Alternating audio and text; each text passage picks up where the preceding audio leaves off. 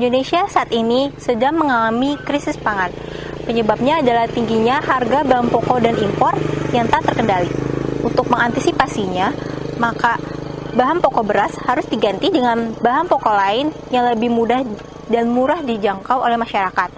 Nah, hal ini sudah dilakukan oleh warga Kampung Cirende, Cimahi, Jawa Barat. Kampung yang terletak di lembah Gunung Kunci ini terkenal dengan masyarakat yang makanan pokoknya adalah singkong. Masyarakat di sini telah melestarikan tradisi ini sejak 1918. Nah, bagaimana cara mereka melestarikan tradisi yang sudah dilaksanakan turun-temurun ini? Bersama saya Oktasan Prista, mari kita telusuri lebih dalam Kampung Cirende.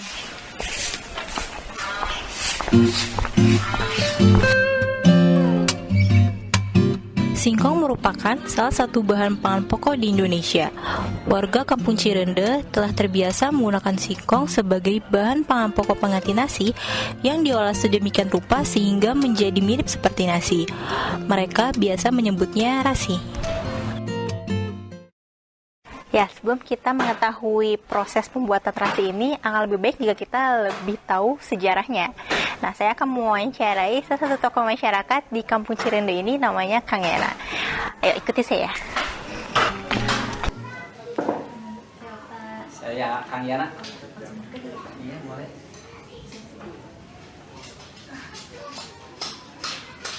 Kang Yana, jadi sekarang bisa sedikit jelaskan tentang sejarah warga Kampung Cirende mengkonsumsi rasi ini. Mulanya mungkin 1918 sesepuh adat itu menganjurkan kepada seluruh masyarakat adat untuk beralih dari dulu, kata sesepuh, masyarakat Kampung Cirende ini makan beras sama seperti yang lain, dan 1918 mulai dianjurkan untuk beralih ke makanan selain beras. Salah satu alasannya karena pada waktu itu memang dalam masa penjajahan Belanda, namanya pangan, namanya beras susah, dan untuk mandiri, tidak tergantung orang lain, tidak tergantung sama penjajah, salah satunya makanannya harus mandiri, dihasilkan sendiri. Orang lain mungkin yang tidak suka gitu.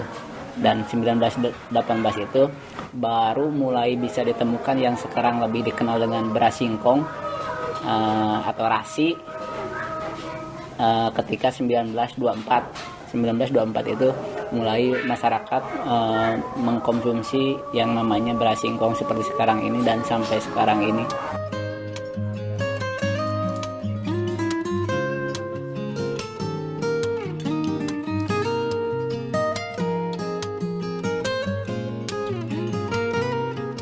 Nah, sekarang kita lihat bagaimana cara membuat rasi. Ayo, ikuti saya.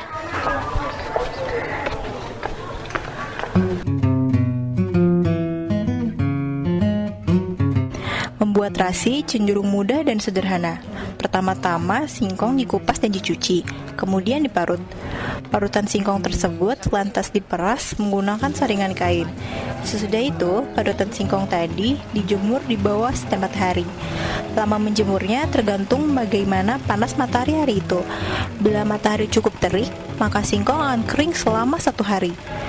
Kemudian singkong yang sudah dijemur digiling menggunakan mesin penggiling.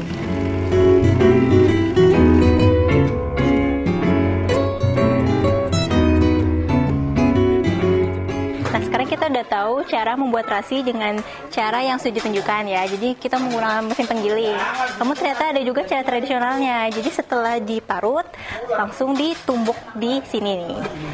Ini ditumbuknya cara yang tradisional ya, agak melelahkan tapi bagus juga.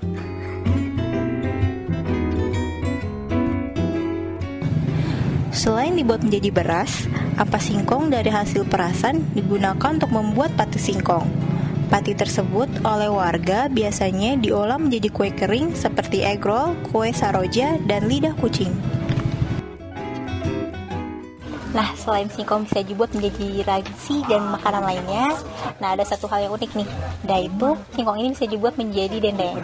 Bahan dasar dendeng ini adalah kulit singkong sendiri. Nah, ada dua rasa nih, ada manis dan ada pedas. Nah, sekarang saya lagi nyobain yang pedas, saya cobain gimana rasanya.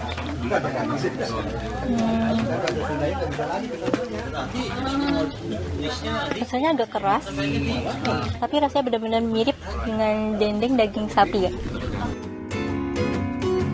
Mirsa, dari warga Kampung Cirende sendiri, ada yang sedang menempuh pendidikan di Bandung dan tetap mengkonsumsi rasi. Selama kuliah, belum pernah nyobain beras sampai sekarang. Paling kalau misalkan selama di luar, makanya beli mie, kalau enggak bakso, ya jajanan. Kalau misalkan beli juga, nanya dulu dari beras atau bukan, kayak gitu. Masyarakat Kampung Cirende berpedoman pada satu prinsip hidup, yaitu untuk tidak bergantung pada satu hal saja. Misalnya dalam hal pangan, yaitu mengganti bahan pangan pokok beras menjadi singkong. Sekian jumpa kita kali ini. Saya Oktas dan Prista beserta seluruh kru yang bertugas undur diri.